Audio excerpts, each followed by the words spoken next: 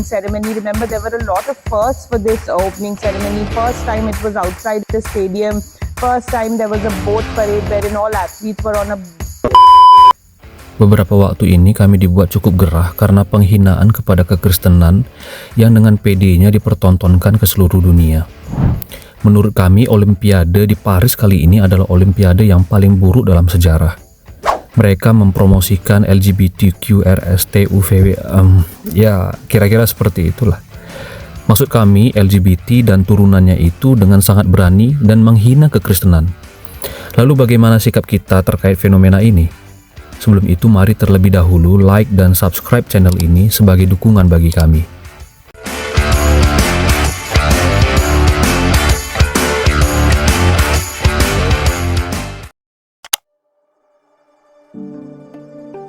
Kami akan menggunakan istilah LGBT saja untuk menjelaskan fenomena LGBTQ+. Ini hanya untuk mempermudah kami dalam penyebutannya. LGBTQ+, atau lesbian, gay, transgender, queer, dan lain sebagainya, menurut Wikipedia adalah keanekaragaman budaya yang berdasarkan orientasi seksual serta identitas seksualitas dan gender yang di luar dari orientasi heteroseksual. Definisi ini menurut kami terlalu halus.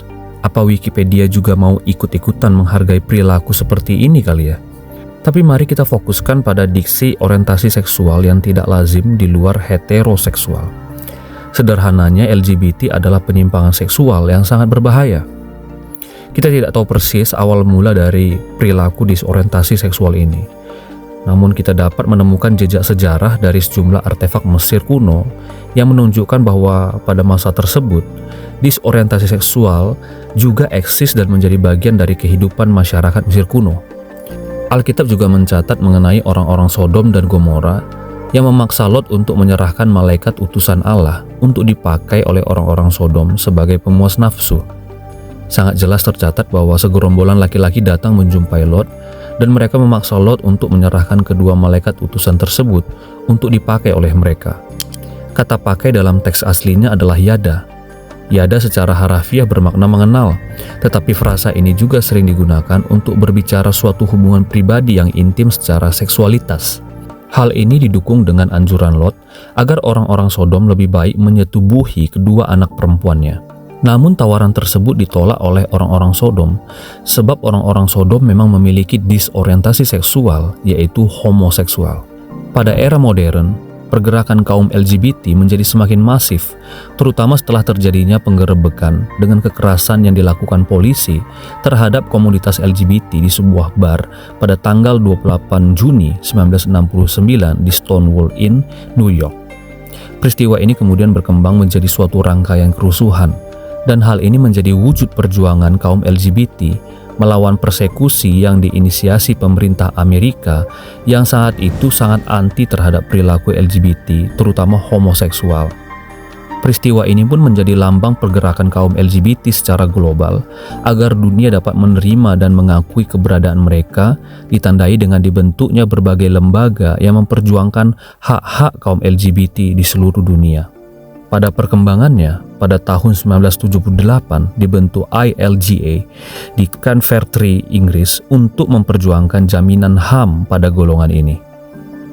Kita langsung saja ke tahun 2000-an, di mana ini menjadi dekade yang menjadi titik balik penerimaan secara masif bagi kaum LGBT yang kemudian ditandai dengan dekriminalisasi bagi para pelaku hubungan sesama jenis, dan terus berlanjut dengan penyusunan RUU dan pengesahan undang-undang yang menerima hak LGBT secara konstitusional dan berlanjut terus ke arah yang semakin bebas, di mana kaum LGBT mulai bersikap ofensif dan berani mendiskriminasi kaum heteroseksual dan konservatif yang dipengaruhi oleh kekristenan. Dari sejumlah riset yang berhasil kami himpun, perilaku LGBT dapat disebabkan oleh beberapa faktor, meliputi faktor lingkungan, keluarga, keimanan, dan faktor genetik. Seseorang menjadi LGBT dapat disebabkan faktor lingkungan yang turunannya berupa pergaulan bebas, terutama dengan komunitas yang mengarah kepada disorientasi seksual. Tipe-tipe yang kakak cari tuh seperti apa sih? Yang jelas pastinya cuannya banyak, terus bisa dipeluk-peluk, Terus bisa meluk aku juga. Pergaulan seperti ini dapat memberi pengaruh yang negatif kepada banyak orang, secara khusus remaja yang masih dalam pencarian jati diri. Di lain sisi, banyak orang menjadi LGBT karena memiliki keluarga yang tidak harmonis dan bahkan broken home. Orang tua yang seharusnya membimbing tidak dapat menjalankan tugasnya dengan baik, sehingga umumnya anak mereka akan mencari cinta kasih di luar dari keluarga tanpa memikirkan benar tidaknya pelarian yang mereka dapatkan.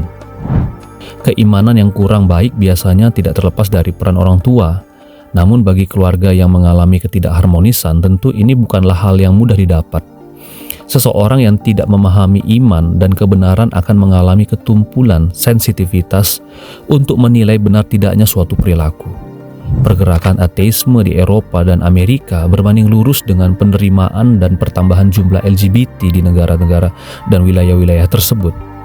Kesimpulannya, tingginya pertumbuhan ateisme atau orang yang meninggalkan Tuhan di Eropa berbanding lurus dengan penerimaan dan pertambahan kuantitas dari orang-orang yang menjadi LGBT, sebab kaum ateis cenderung bersikap inklusif pada orang-orang LGBT.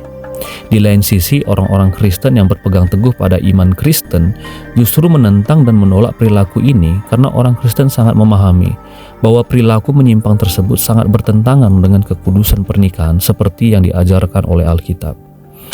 Seringkali hal ini menjadi pembelaan yang cukup sering digunakan kaum LGBT untuk menyerukan penerimaan pada perilaku mereka. Mereka menganggap bahwa sejumlah orang mengalami disorientasi seksual karena kelainan genetis yang mereka alami. Sedikit info untuk kita semua bahwa pria normal memiliki pola kromosom XX dan wanita adalah kromosom dengan pola XY. Namun dalam beberapa kondisi, ada orang yang terlahir dengan pola kromosom XXY yang umumnya membuat seorang pria memiliki kecenderungan emosional seperti wanita dan perlambatan pertumbuhan beberapa bagian tubuh yang seharusnya dimiliki seorang laki-laki normal. Tapi singkatnya, kelainan ini tidak bisa menjadi alasan untuk menerima perilaku menyimpang tersebut, sebab kondisi ini tetap dapat diatasi dengan sejumlah terapi hormonal dan psikologis. Kekristenan memiliki suara yang bulat dalam menolak perilaku seks yang tidak sesuai dengan prinsip kebenaran, baik itu perilaku heteroseksual terlebih perilaku LGBT. Artinya, setiap aktivitas seksual tidak boleh terlepas dari kekudusan yang Allah ajarkan dalam firman-Nya. Di bagian awal kita sudah melihat hukuman yang harus ditimpakan pada Sodom dan Gomora akibat kedursilaan mereka dalam hal homoseksual. Sejak awal kita sudah mengerti bahwa pernikahan yang Allah kehendaki adalah pernikahan heteroseksual antara seorang laki-laki dan seorang wanita dalam koridor pernikahan Alkitabiah. Pernikahan yang pertama adalah pernikahan antara Adam dan Hawa dan bukan Adam dengan Andrew. Hey, my name is Andrew. Kejadian 2 ayat 22-24 menekankan kesepadanan dalam pernikahan hanya terjadi karena reunifikasi antara seorang laki-laki dan perempuan, sebab secara implisit sangat jelas Alkitab mencatat bahwa pribadi yang Allah berikan kepada Adam berjenis kelamin feminim. Kitab Imamat sebagai kitab yang banyak menjabarkan penerapan Taurat juga menjelaskan bahwa perilaku LGBT secara khusus homoseksual adalah suatu dosa besar yang dapat dihukum mati.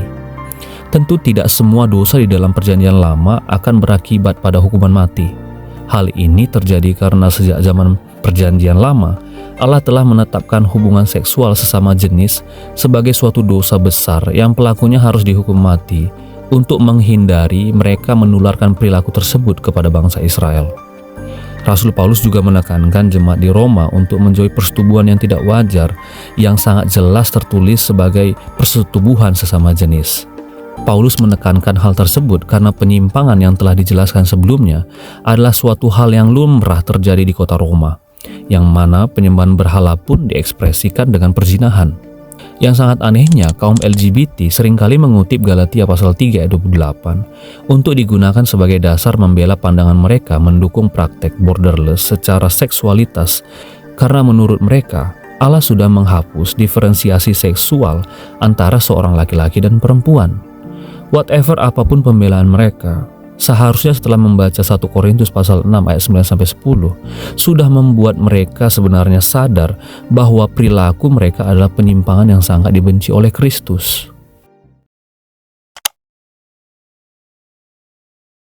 Sebenarnya kami tidak habis pikir dengan ulah sejumlah orang yang menyebut diri sebagai orang Kristen, namun melegalkan praktek LGBT dan mengajarkan untuk menerima penyimpangan tersebut dengan bersembunyi di balik penafsiran yang menyimpang akan kasih Tuhan. Sebagai orang Kristen memang tidak benar bila kita kemudian melakukan tindakan diskriminasi yang berujung pada kekerasan pada pribadi dengan disorientasi seksual ini. Kita tidak boleh mengucilkan dan menyakiti mereka secara verbal dan secara fisik, sebab Kristus tidak pernah mengajarkan kita untuk membenci pribadi orang yang berdosa. Yang kita benci dan harus lawan adalah perilaku menyimpang tersebut, yang bagaikan virus yang berusaha merusak generasi gereja dan yang saat ini telah begitu berani menghina Kristus. Tidak perlu mendiskriminasi dengan melarang mereka untuk menjadi bagian gereja atau melarang mereka beribadah. Di lain sisi, gereja dan orang percaya jangan kemudian bersikap liberal yang menerima untuk memberkati pernikahan mereka, sebab hal ini adalah kekejian di mata Tuhan.